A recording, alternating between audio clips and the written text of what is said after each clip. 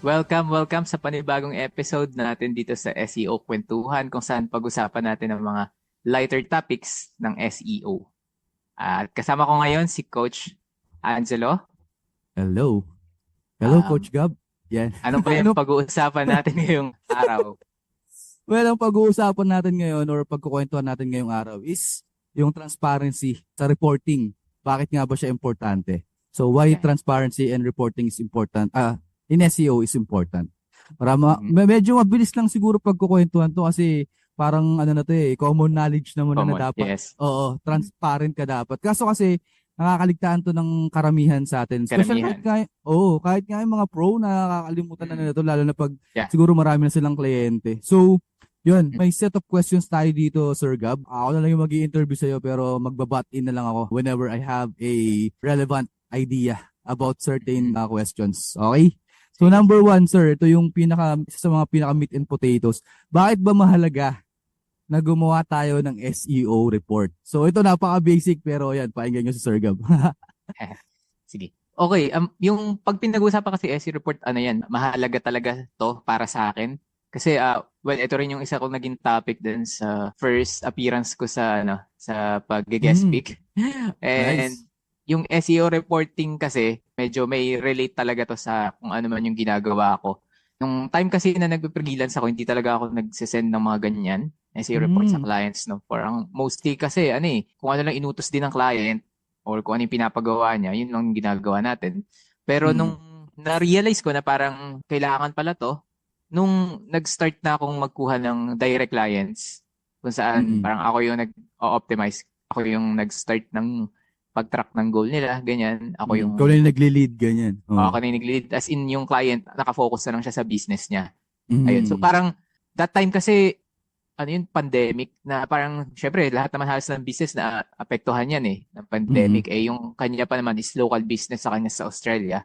Tapos, mm, syempre, hindi rin pwedeng lumabas yung mga tao noong time na yun. So, wala rin siyang client. Ngayon, ang naging scenario doon, papatanggal niya yung pag-SEO doon sa website niya that Ala. time. Kasi parang hindi niya ma-feel na nakakatulong yung marketing. Mm, Kasi nga, mm, ganun yung nangyari. Pero nung naisipan ko na sendan siya ng SEO report na parang sabi ko, uy, nung nag-start ka sa akin, nasa 100 visitors lang yung website mo per month. mm. Tapos after 6 months, pinakita ko talaga dun sa screenshot ko na nung in-optimize ko na yung website, umabot siya ng 2,000 or 3,000 Nice. Laki. visitors per month. Mm, So, mm, full yun sa Australia lang. So sabi ko, yung ganun, at least kahit na hindi gumagana yung business natin ngayon, at least yung online presence natin nandun pa rin. mm. Yun. Tama. So parang nung na-sendan ko na siya ng ganun, graphs nga lang yun na may kasamang konting explanation tsaka kung ano yung ginawa ko eh. Naman siya, sabi siya na, okay, tuloy Oo pa rin nga, no? natin yun. Aling ka. Oo nga, no? Tuloy pa rin natin kahit Oo. na hindi nga nakakalabas yung mga tao. Pero ayun, at ano naman, nag-stay siya sa rank 1. Kaya after ng pandemic, nakakalabas na yung mga tao. Tuloy na naman yung business niya. Kumita na naman siya. Yan. Oo. Yun yung Yun. important sa akin ng SEO report. Mm. Tama nga naman. Paano mo naman kasi mapapakita sa isang kliyente mo na may nangyayari dun sa efforts, 'di ba? Kasi naglalabas Ah, sila ng pera eh. pera. So, Yes. ano ba yung ROI sa akin nito? So, laging ganun. Sa akin naman, non-negotiable to since siguro day one nung pagpa-practice ko ng SEO with a client. Lagi ako nagre-report kahit ang pangit ng report ko. Siyempre, ngayon, nag-evolve na tayo eh. May mga ginagamit na Mm. tayong dashboards and whatnot. But dati, tulad ng sabi mo rin, screenshot lang din ako. Tapos, Mm. gumagamit ako ng parang ano ba yun? Yung parang screenshot na may arrow. Tapos, dito tayo nagsimula. Gaganon ako Oo, dati. yan, yan. Ano ba to? Awesome screenshot yung pangalan. Yun yung ginagamit ko dati. Mm. So, ang sa akin kasi, backbone siya ng communication with clients. Parang dun lagi ako nag start ng communicating with them dati aside from giving them strategies kasi kung may ginawa kaming ganito parang lagi kong ini-explain bakit namin ginagawa to, ano yung magiging resulta niyan. May mga bagay kasing pwedeng i-report na nakita mo yung ganito tapos pwedeng magbunga ng ganito yung hindi pa siya nangyayari ba. Nire-report mo na sa kanya na ito yung strategy na pwede natin gawin and ito yung magiging epekto niyan soon. So yun din, nagiging start siya ng communication with the client and Okay. also having an SEO report will give yung sabi mo nga a feedback loop din dun sa ginagawa ko. Kasi syempre especially nung start ka pa lang, may mga bagay kasing hindi pa rin alam nung panahon na yon, syempre nung nag-i-start ka. And then doon mo lang siya na-realize na nung ginawa mo to, na nagkakaroon ng impact ba? Nagkakaroon ka rin ng ng feedback loop din para sa sarili mo. So, Sarili mo. napaka-importante niyan, ng SEO report. Yep. Correct. Anyway, moving on. Second question natin is, ano ba yung mga benefits? Yan, benefits. Marami mga nasabi na tayo kanina, pero ito, ano yung mga benefits ng pagiging transparent mo sa SEO service mo? Yan. Okay. Or sa reporting mo, ganyan. When it comes to benefits, hindi lang naman dahil gumawa ka ng SEO report for the client na kagad yun, no? Ang most of the time, talagang sila yung parang pinaka-target ng SEO report. Pero pwede rin kasi yun para sa sarili mo. Pagka meron kang guide na, okay, tama ba yung ginagawa namin, ganun, or may external factor ba na naka-apekto dun sa ginagawa natin? Kasi ito rin, makakapagbigay sa'yo ng sagot kaya ka gumagawa ng SEO report monthly. Dapat, sana. Tapos, pwede rin naman, makaka-benefit ito dun sa mga, kasama mo sa agency, o kaya kasama mo sa ka-team members mo. 'Di ba? Kasi, kung meron kang SEO report na ganyan and then pinakita mo sa kanila, ma-update sila kung ano ba yung mga effect ng ginagawa nila na pag-link building na yan, pagsusulat ng content. So, at least, nabuboost yung moral nila na, napaka-effective din pala nung ginagawa ko. Isa rin akong key factor dito sa agency natin. Kaya, pagbubutihan ko. Ganun. Ayun lang naman. Well, pag naman sa client, syempre, nakakapag-build yan ng trust. Tama. Rapport, 'di ba? Kasi pinakamahalaga nga doon, alam nila kung ano yung binabayaran nila kapag meron kang SEO report. Yeah. Yung trust kumbaga for long-term relationships kasi kunyari hindi ka transparent dun sa service or sa reporting na ginagawa mo. Paano kung marunong din pala tumingin ng report? Marunong may mga ganong client, marunong pala tumingin ng Google Search Console o kaya ng GA4. Tapos ikaw, report ka kunyari lang. 'Di ba? Iba pa lang sa ibang website pala yung tinitingnan mo sa Ahrefs. Tapos pinapakita mo sa kanyang ganun. So, ayun, dapat transparent ka palagi dun sa ginagawa mo. Tsaka yung transparency, dinidemystify niyan yung mga bagay-bagay about SEO. 'Di ba? Kasi kapag kunyari may sinabi kang strategy ngayon, tapos naging transparent ka pa rin doon sa report mo na although hindi mo siya nag-work, 'di ba? Ginawa natin 'to, at least now sa strategy natin, alam natin na hindi yun mag-work para sa business mo. Although nag-work siya sa iba, kumbaga ganun. Parang kasi minsan ang iniisip lagi ng lalo na ng mga client, isang klase ng strategy sa SEO applicable sa lahat. 'Di ba? Kunyari, ang business mo is dental clinic, tapos ako galing ako sa SEO, ang ino-optimize ko dati is more on plumber. So iba rin yung mga tirada doon. Kumbaga iba yung mga strategy. Yun, na-demystify yung mga bagay-bagay na hindi alam nung tawag dito ng client mo kapag transparent ka doon sa reporting mo. Kung ano yung nag-work sa hindi nag-work. Halimbawa, may sinabi rin sila na yun yung strategy gawin natin. Hindi nga mag-work, 'di ba? Ikaw, gusto mo siyang i-please na nagwo-work yung niya para i-retain ka, 'di ba? Yun, magkakaroon kayo ng problem doon. Where if kapag transparent ka naman, and then sinabi mo sa kanya na, ito, hindi nag-work. Ano bang pwede natin gawin dito? So, ayun. Builds more trust kahit na siguro mawala siya sa'yo or mawala ka doon sa project. At least, 'di ba, sinabi mo yung totoo sa kanya. So, yun lang yung sa akin. Ayun, may experience ako doon sa sinabi mo kanina na yung client ay marunong din tumingin ng data. Tapos ako meron din ako sariling data. Lately lang din, parang akala ko hindi gumagana yung strategies na ginagawa ko dun sa campaign or sa website niya. Kasi medyo stagnant kasi yung growth in terms of traffic. Pero kung titignan mo pala, yung mga pages na nagde-decline ay mga blogs or mga informational. Pero pagdating pala dun sa mga product pages niya, okay pa naman. Pages. Kumbaga, sila nagstay or umangat pa nga ng konti. Tama. Tapos siya pa yung nagsabi sa akin na parang ito yung month na mataas yung highest sale natin, ganun. Sabi ko, wow. Siya kasi meron kasi data for yung sa sales na ako kasi ang data ko lang keywords and organic traffic. Medyo doon ako na okay, marunong din naman pala tumingin tong client na to. So, hindi ko na kailangan mag-sugarcoat. Oo, totoo. May client rin akong ganyan. Kahit na pinapakita ko sa kanya na, uy, negative 10,000 tayo Negative. ngayong ano. Oo, yung trend natin is for the past 3 months, siguro Pababa. negative 30K na kami.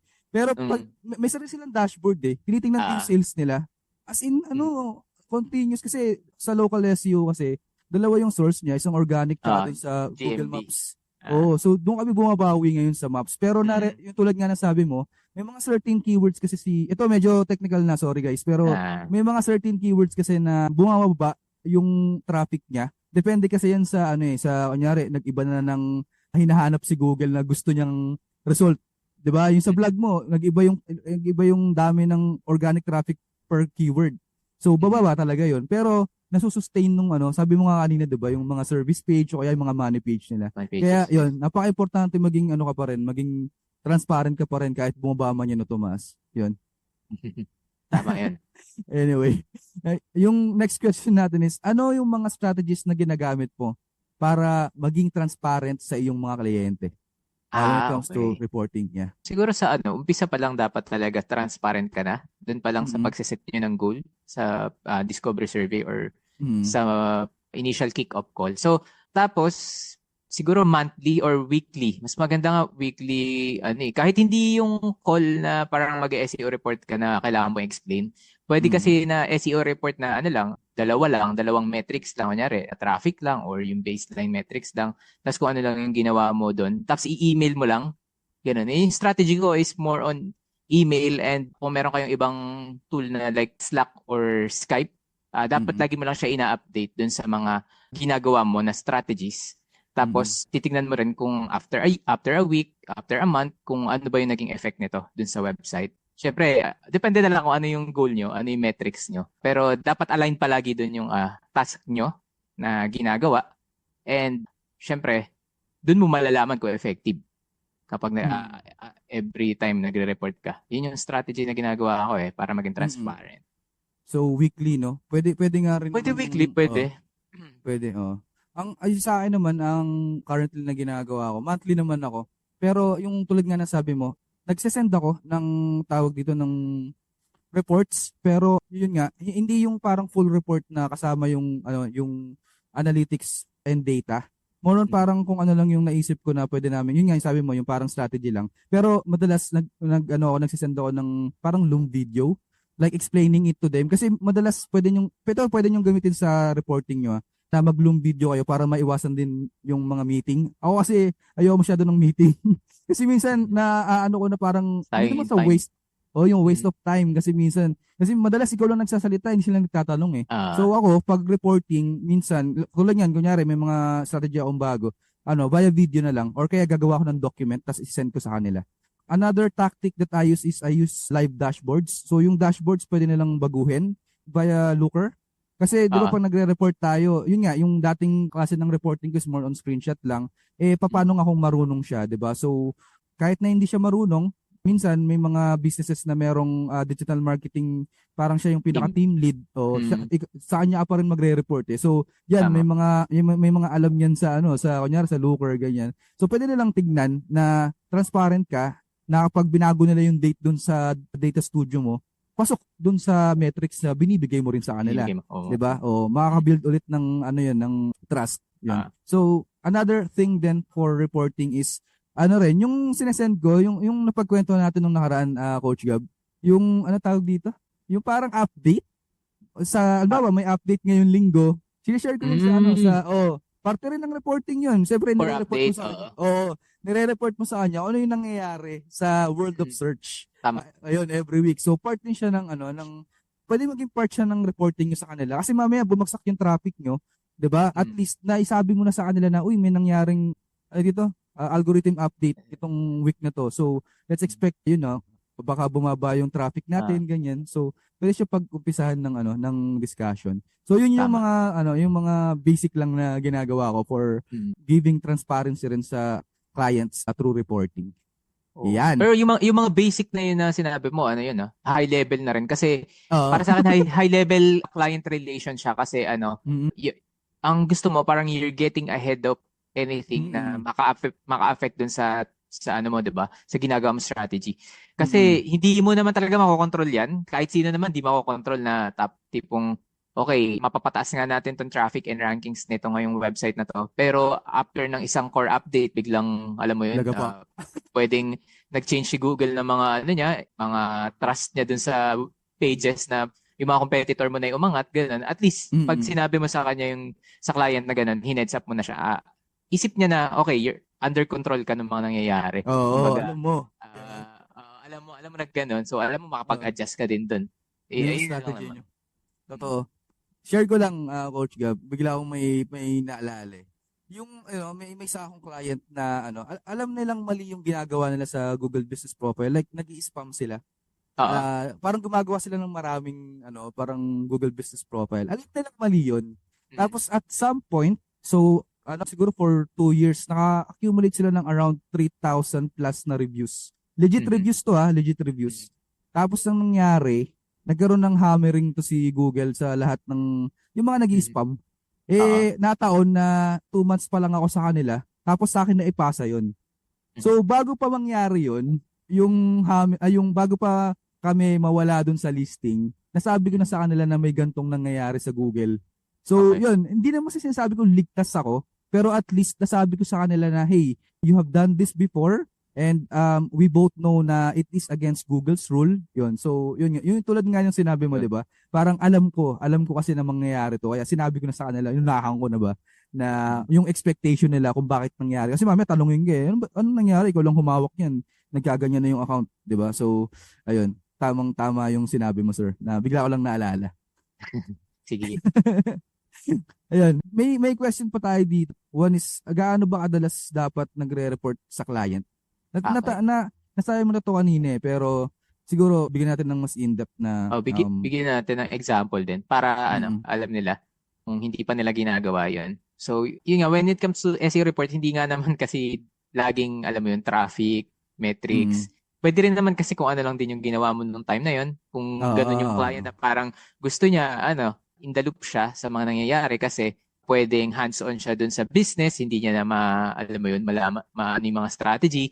Now, Mm, yung iba kasing client, gusto pa rin na update mo sila para in case na, kunyari, magdagdag sila ng bagong team members na nasa marketing din, hindi naman SEO. Kumbaga, masasabi niya kung ano yung mga strategy na ginagawa mo. Hindi na kayo magko-conflict ng task. mm, Kuwari, meron ka na, ginagawa mo na is nagko-content management ka na or content planning. Yung marketing manager or marketing person na kukuhanin niya, pwede mag-focus na lang sa social media. Yung mga ganun type. mm, Okay. So, weekly, pwede yan. Yun nga, mag-email ka na lang or pwedeng mag-send ka na lang sa client mo sa message via Slack or Skype. Pwedeng short message lang yan ng mga ginawa mo nung week na yon and kung kailan mm, matatapos. Okay? So, for example, link building, nilagay mo doon, 500 emails na send ko yung week. Ganyan. mm. Pero, continuous naman kasi yan. Kaya, ayan, lalagay niya na lang din kung ano yung mga Oh, expected yung mga time. task, Especially, no? ah Mm. tapos, pwede rin Tama. monthly. Yung sa monthly, ang ginagawa ko doon, tawag dito, naggagawa talaga akong dashboard. Kung saan, Mm, tinitignan ko talaga yung month versus month. mm, Kumbaga, kung ano yung traffic natin ngayong month, dun sa last month, previous month, or previous year. Para mas yan, makita mo oh. din yung version ng seasonality ba. Kung Mm, napansin mo nung month na to, bumaba kayo, last year pala, mas mataas pa rin yung current situation nyo. Mas madali siyang i-depend sa client kapag gano'n na. Sabi ko, kahit oo. bumaba yung traffic natin last month, yung ngayong year, kumpara sa last year, mas mataas. So, ibig sabihin, Mm, nasa magandang situation yung website, nasa magandang situation yung rankings. mm. So, yun. Pwede rin naman by Bi-weekly? quarterly, pwedeng by Quarterly. Mm, weekly. Depende rin talaga kung kung mm, sino ba yung audience mo sa mm, sa pagre-reportan. Tapos kung ano din yung mga metrics na gagamitin. Pero common sa akin is weekly and then monthly. mm. Yan. Last one ako doon sa weekly or monthly. Ang nangyayari lang sa akin madalas yung weekly or bi-weekly kapag nasa initial stages kami ng campaign. Yun, oo, tama. Like marami akong question kasi tawag dito kapag nag-uumpisa pa lang isa campaign, marami kang kailangan na data eh. And also marami kang kailangan na yun nga, yung data and information about dun sa previous na humawak ng campaign, ano ba yung nagawa, ganyan. Kaya siguro, mas maraming times ako kapag initial stages like first 3 months ng campaign, madami akong reporting na ginagawa. Pero for longer term clients, yan, mostly by monthly, sorry, monthly na ako nagre-report. Ang importante lang lagi doon is yung consistency and ini-ensure mo doon sa mga report mo na nagpo-provide ka ng actionable insight Yun. na kaysa yung raw data lang na yun, sinalpak mo lang yung screenshot ng Google search. So, Ano pa nila dyan? Oy, tumaas. Okay. So, lagay ka ng actionable insights din naman. Huwag yung salpak lang ng salpak. Okay. So, Okay, nice. maganda yung batuan natin dito. Yung next question natin is, paano nakakatulong yung transparency sa pag-set ng realistic expectations para sa mga client? So, realistic expectations naman tayo ngayon. Okay. Napaka-importante talaga pagiging transparent dyan kasi syempre sa una pa lang dapat kumbaga yung strategy na gagawin mo, pipiliin mo para dun sa kliyente lang na yon. Kasi wala naman talagang campaign na parang pare-parehas lang unless pare sila ng niche tapos pares din sila ng location. Ibig sabihin mag-competitors sila pag ganun. Ano yun, pag magsiset ka ng realistic na expectations sa client, sasabihin mo syempre, ano ba yung mga hindi natin kiniklaim lagi, yung mapaparank mo sila ng ganitong date or ng after ng ilang months, magkakaroon sila ng mga traffic na ganyan. So, syempre, based dun sa initial audit mo, dun mo i-base kung ano yung pwedeng i-expect nila. Like, sabihin na natin matagal-tagal to kasi yung website mo, 1 or 2 pages pa lang or mga ganun. So, iisipin mo na yung mga next month, nasa content writing ka doon or ganyan. So, magbibigay ka talaga ng timeline sa kanila dun sa report mo. Tama. Kaya nga, ang sabi ko kanina, di ba pag mag-email kayo, bukod dun sa ginawa nyo, ilagay nyo na rin kung kailan ba matatapos, possible matapos. Di ba? Kunyari, content writing, 10 pages muna yung pinag-usapan nyo. Ang alam ko dito sa content writing, abutin to ng mga 1 to 2 months kasama na yung keyword research and yung, alam mo yun, magsusulat ng content.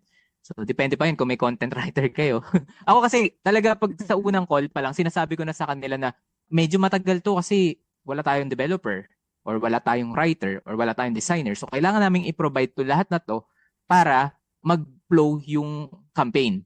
Diba? Tama. Hindi mo sabihin na kaya namin maparang to wala nga kayong content writer Paano ano gagawin mo dyan? So, pwede mo sila offer ng another service sa content writing kung meron kang mga writers dyan.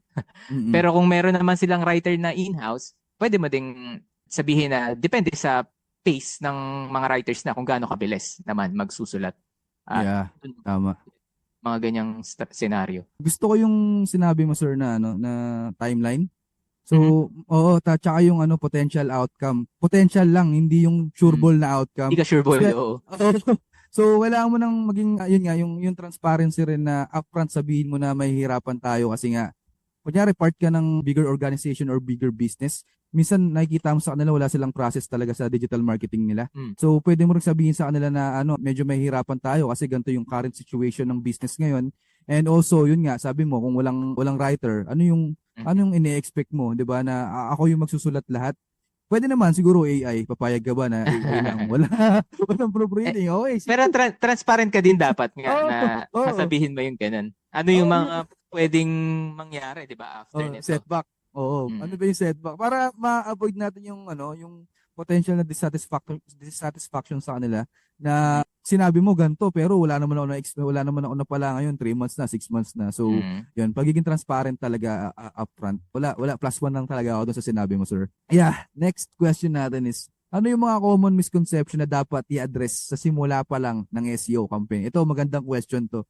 Ano yung mga misconception na dapat natin i-address? Yan. Okay. So additional na sa kanina yung hindi tayo dapat bibigay nga ng mga parang instant result, ganyan, or gagaranti nyo na ranking nyo. Unless sobrang expert nyo na talaga na dun sa niche na yun, Kasi may na-experience akong ganito na nagbigay ako talaga ng guaranteed rankings dun sa client na yun. Kasi, eto naman, exception lang talaga. Kasi nasa Fortune 500 yung client na to. So, parang iniisip ko na anything na i-post mo sa website nila, kahit na walang backlinks yan, pag pinost mo yan, sure ako na mag-rank yan in 1 to 10. Oo. Pasok yan sa 1 to 10. Kasi, Oo. dahil nga yung domain authority ng website na yun is, Mm-mm. nandun na.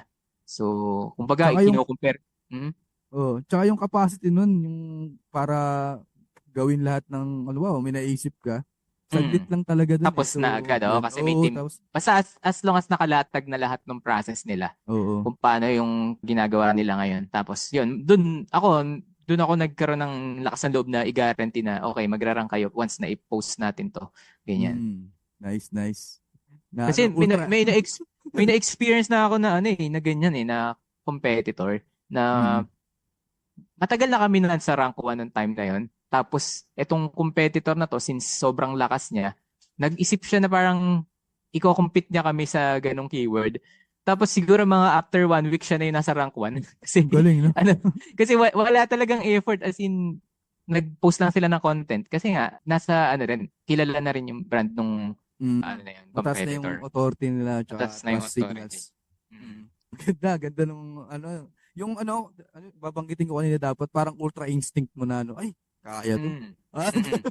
May mga ganun eh. Oh. Oo, may ganung moment eh. Nice. Tapos pag di gumana, yari ka. Wala pa akong ganyan moment, Coach Gab, pero nakakatawa, Sana ma-experience ko rin yan. Sasabihin ko talaga upfront. Nako, madali lang yan. Hindi naman siyang linggo. De, joke lang. So, yun nga, Sir Gab, ano yung mga, misconception na dapat i-address sa simula pa lang ng SEO campaign? Ay, eto na nga yung pinag-usapan nga pala natin. Bali, Ah, mag-add pa ako. Sige, sige. So, sa unang, ito kadalasan na yun sa mga client na hindi pa masyadong alam kung ano yung pwedeng ibigay ng SEO. Akala nila parang one-time setup lang. Tipong kapag okay. kinuha nila na or kunin kita ng 1 month or 3 months, akala nila basta na setup mo na yung mga keywords, no, mga nakapag-build ka ng links na 5, 10 sa isang buwan. Akala nila pwede na nang i-stop 'yon. Kasi yung campaign kasi hintay na lang nila na okay, mag-rank muna ako tapos makakuha ko ng mga leads. Siguro tsaka na lang nila itutuloy kapag may nakuha na silang leads. Yung mga ganun. So, dapat isa-set nyo na kaagad yun na hindi ganun yung SEO. Para set it and forget it, no? Yan. Parang ganun. Pero meron akong parang kapartner na puro one-time setup lang yung ginagawa namin. Ganun naman. Kasi parang lang siya, additional, parang add-ons lang siya dun sa service nila. Which is ginagawa lang namin, parang sinusupport namin sila na kung ano yung mga keyword na kailangan dito, ano yung mga potential blogs na isusulat nila, ibinibigay na namin sa kanila yon. Sila na bahala magtuloy. Kumbaga, ayun naman yung isa pang pwedeng maging parang pricing package ba yan? Or, Oo. Basta, depende na lang sa pag-uusap nyo. Parang productized na business sa productized. Oo. Ganun. Ito Mas lang maiksi. setup lang tapos mas maiksi lagi yung yung parang lifespan ng ng relationship nyo as a client. Pasok din yan sa mga local kasi 'di ba sa local importante sa umpisa pa lang ma-build mo na yung Google Business Profile, 'di ba? Kasi isa yun sa mga magre-rely sila ng ng mga leads tsaka traffic, isa din yun. Oo. Pwede rin yung ganun. Tapos yung iba akala nila once na nakapag-SEO na, okay na yun. May mga ganong client eh. Siyempre dapat i-educate nyo sila, maging transparent kayo na yung SEO is lang yan, isang part lang yan ng digital marketing. Meron ka pang i-suggest sa kanila na dapat gawin. Like, pwede rin silang kumuha ng traffic for paid ads, di ba? For email outreach, for social media. So, kumbaga, i-build mo sa kanya kaagad, transparent ka na, connected to lahat na itong ginagawa natin. Kasi, pwedeng binibuild mo yung online presence niya sa Google, pero wala naman pala siyang mga social proofs, ganyan. Mahirapan ka din. Kumbaga, isa ka rin sa affected niyan kasi ba yung EE80 natin, kasama naman talaga yan sa ranking factor. At the same time, yung branding, pati yung na-boost na tinatawag, isa yan sa mga ranking factor ni Google. So, sama-sama yun sa lahat ng aspect ng digital marketing. Yeah. Kumbaga, madaming moving parts no? Oo. Kaya sa akin, number 1, ang pinaka-importanting ma-demystify kaagad or ma-address na misconception is yung immediate result. Immediate result. Lagi nating binabanggit yan, alam mo sa podcast natin na hindi immediate ang result ng SEO. Common knowledge naman na yan kasi may mga maraming factors dyan like yung implementation, may web dev ba na ano, kunyari di mo alam yung Oo. CMS na gamit. So maraming Tama. maraming factor dyan. So Aaralin mo pa. Yun, minsan man nakakapagpatagal yun eh, yung aaralin mo pa yung oo, CMS. yun ang mahirap. Tapos kunyari nagiging bottleneck din yung may-ari ng website, tagal mag-approve. Yun. Mm-mm. So marami. So di ka dapat sabi mo sa kanila na hindi immediate yung result nun. Number two, nasabi mo na yung ano eh, yung dapat number two ko eh, yung hindi one time fix Oo. ang SEO, Ang ongoing SEO. process siya. So yun yung number two ko. Ang number three ko dyan is ano, ang hindi ultimate goal yung maging number one. Ito yung sa akin, Sir Gab. Correct me if I'm Mm. wrong. Pero hindi yun yung ultimate goal.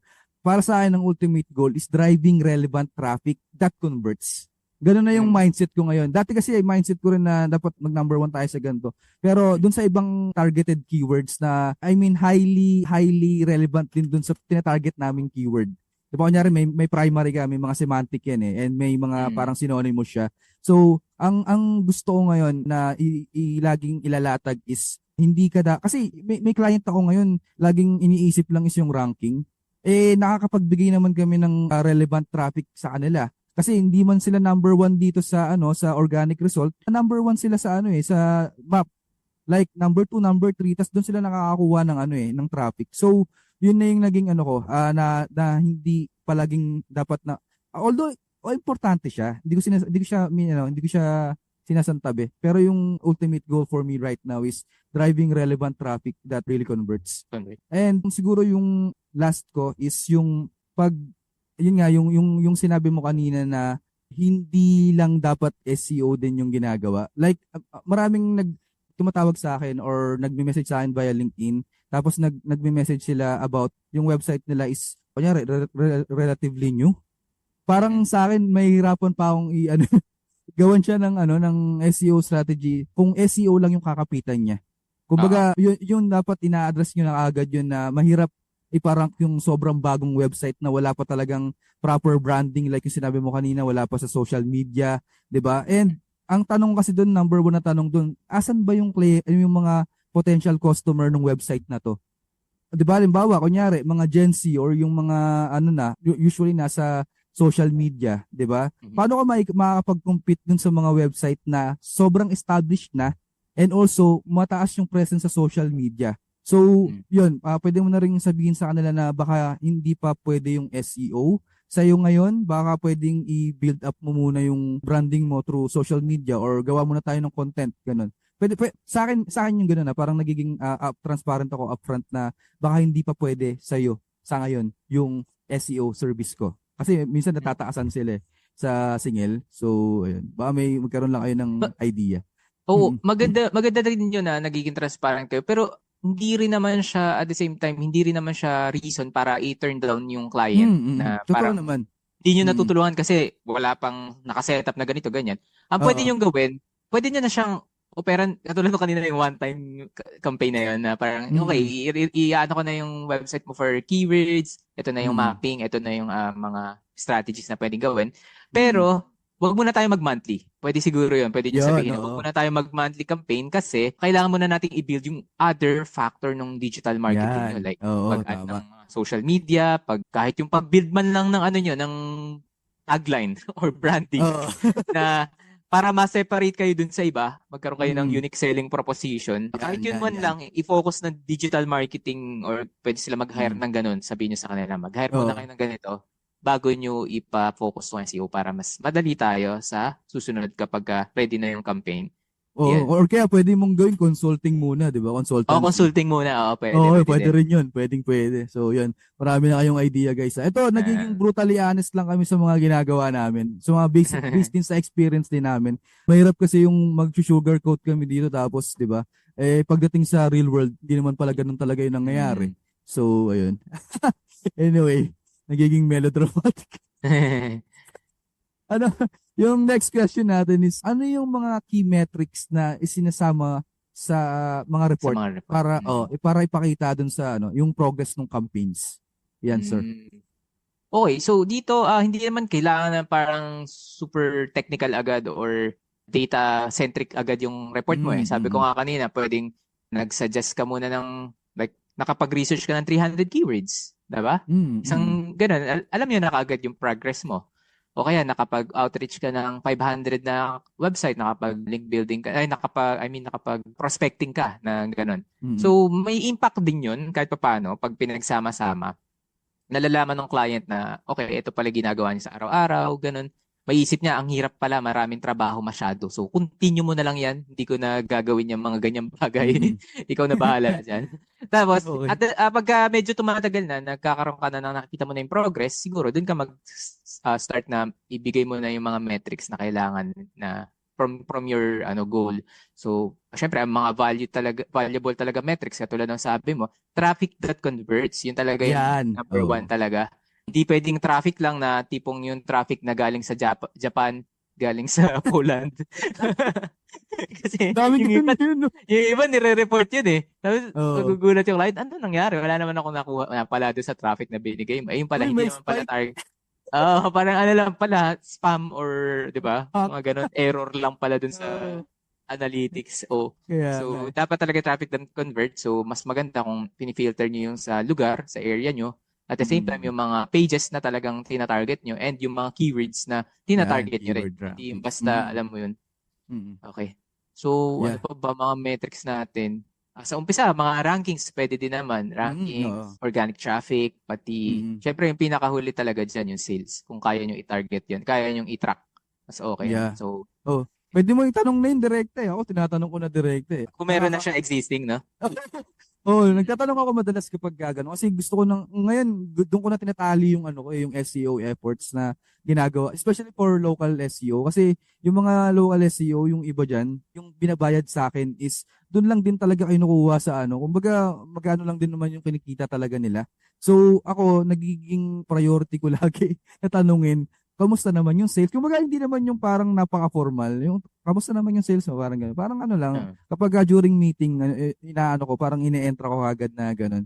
Tapos yung sinabi mo kanina about metrics, agree ako doon sa mga sinabi mo, Sir Gab.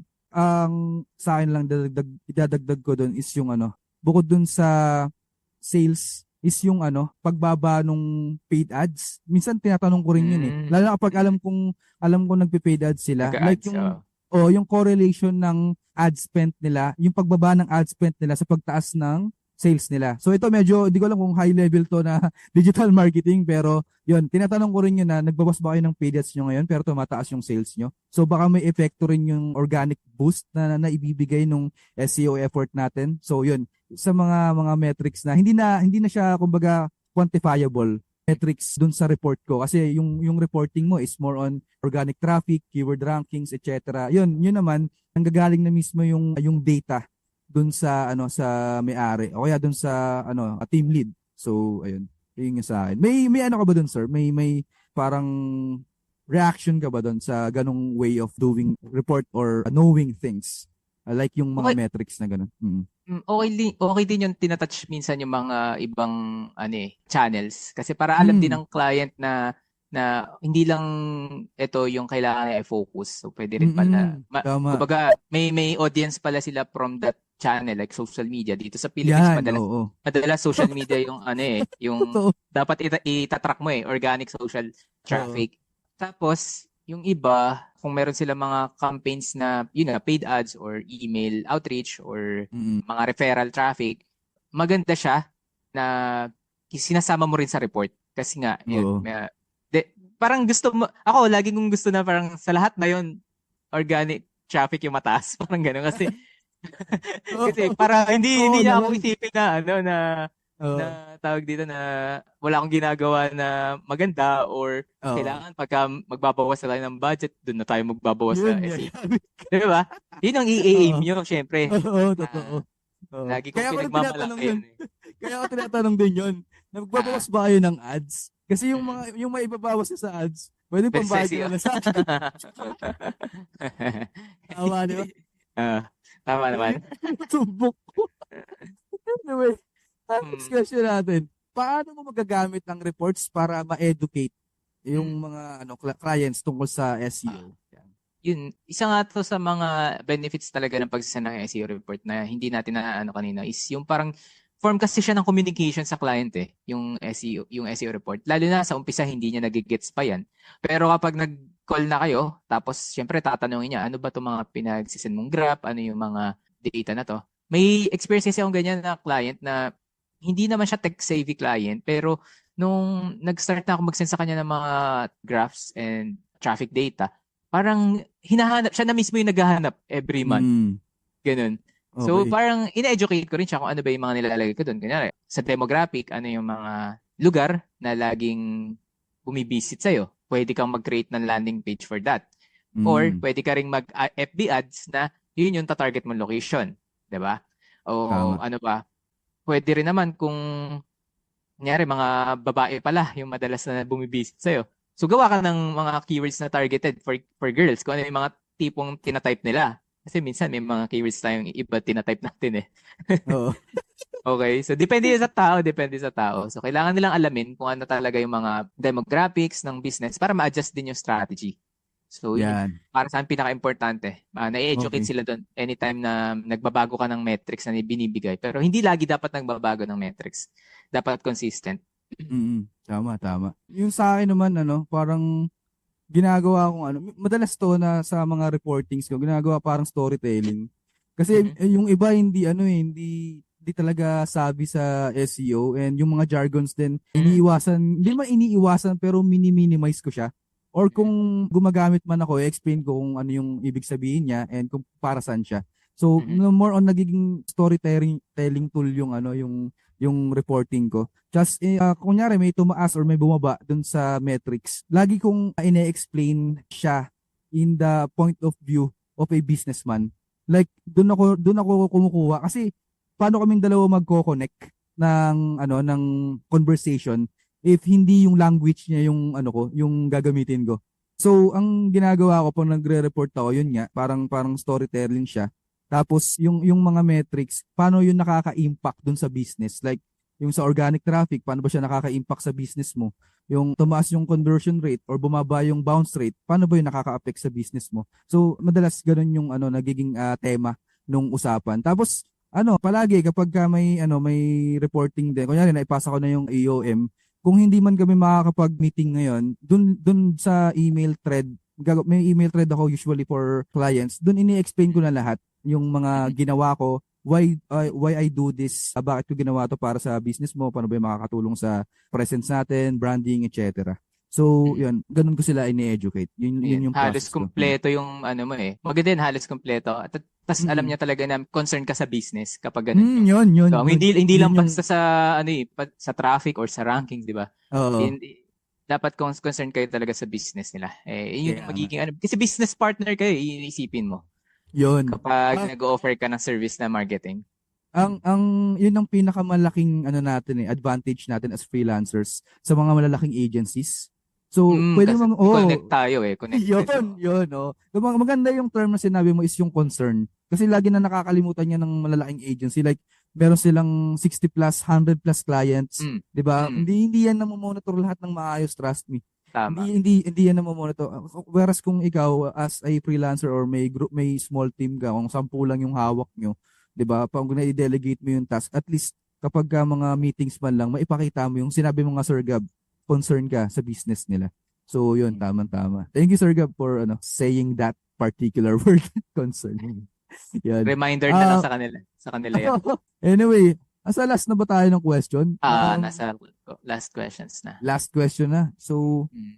ano yung top 3 tips? So, marami Mm. tayong tips na nabigay, pero ano yung top Mm. 3 mo para sa mga SEO professionals pagdating sa transparency at reporting?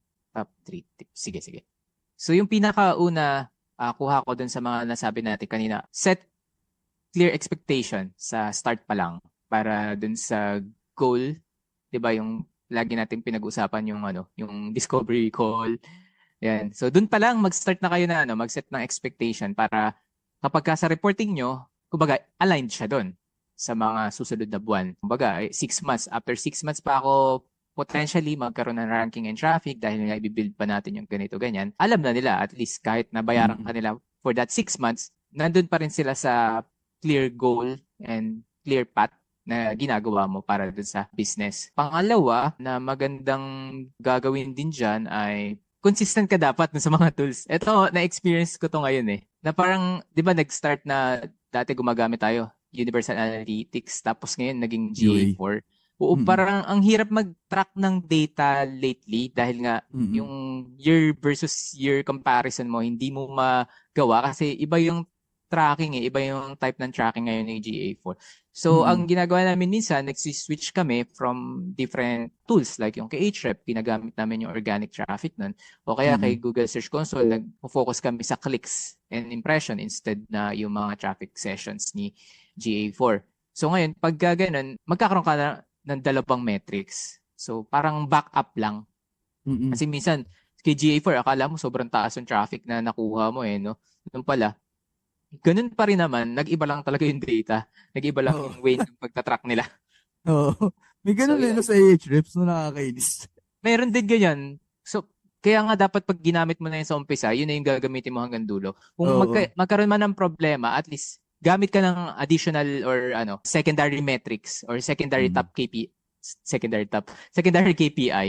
So, Oo. 'di ba, may top KPI ka, may secondary KPI ka para Yun. meron kang backup plan. Backup lang. Pangatlo, syempre, lagi kang dapat honest. Kasi ito, pinag-usapan na nga natin yung tawag dito, transparency eh. So, Oo. dapat, pagka magre-report kayo, honest lang. Kung sakali na may naging problem talaga nangyari dahil ginawa mo, aminin mo yun sa client. Kumbaga, Totoo kunyari, yun. may Yun. isang Oo. page na no-follow mo, for example, na no-index mo, Taika. for example, okay lang, ano mo yun, bear the consequence kasi ikaw yung gumawa eh. Kasi ganun din Totoo. mangyayari kapag ibang tao naman yung gumawa, malamang sasabihin mo din sila yung may kasalanan, 'di ba? Pero ayun nga, ang goal naman kasi lagi natin kapag mag-SEO report is to tell the story kung ano man yung ginagawa natin, mali man yan or tama. Mm. Dapat consistent or honest tayo dun sa mga natin, nilalagay dun sa report. Tama, tama. Ako yun, sa akin, yung tatlong bagay ko, yung sinabi mong number three, yung number one ko, be brutally honest talaga. Ayun nga, kahit na anong mangyari, masama man, bulilyaso man, at least nagkaroon ka ng ownership, mapapakita mo yun sa ano. Ako maraming times na akong bumulilyaso sa totoo lang.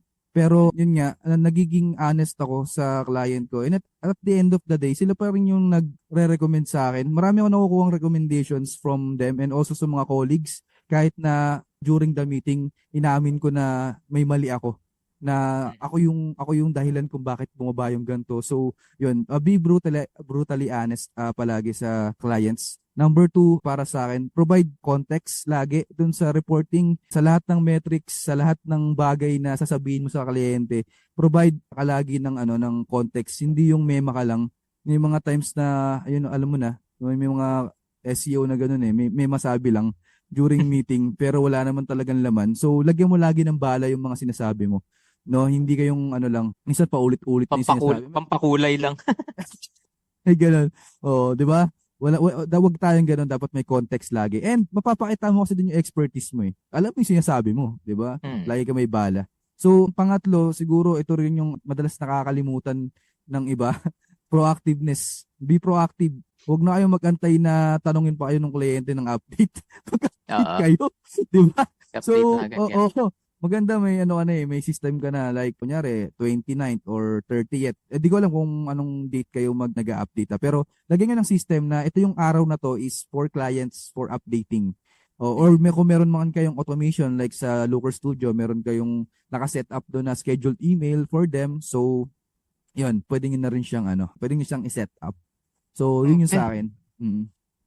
Yes. Alright. So, I think okay na eh. Tapos na yung mga topics na pag-usapan natin. Tapos na ba?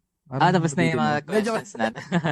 Medyo matagal nga ata eh. Akala ko mabilis lang ang SEO report kasi alam mo yun, common knowledge na siya. Pero yun, ang dami pala nating tips na pwedeng ibigay.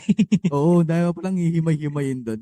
So, yan guys, thank you for listening sa another kwentuhan na naman namin ni Sir Gab. Don't follow. Don't forget to follow us sa sa Facebook page namin SEO Kwentuhan and also sa Spotify. Meron na rin kaming YouTube currently right now.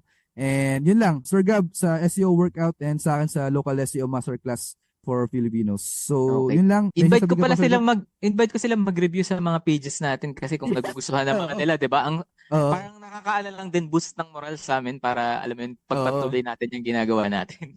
Oo, yun. Nakaka-touch din na makita yung mga reviews nyo. Siyempre, pag tumanda na kami ni Sir Gab, mga 80s kami, di Balikan ba? na natin 'yan. Oh, balik-balikan na. Sige, yan lang for this episode and see you next episodes. Episode. Bye-bye. Bye guys.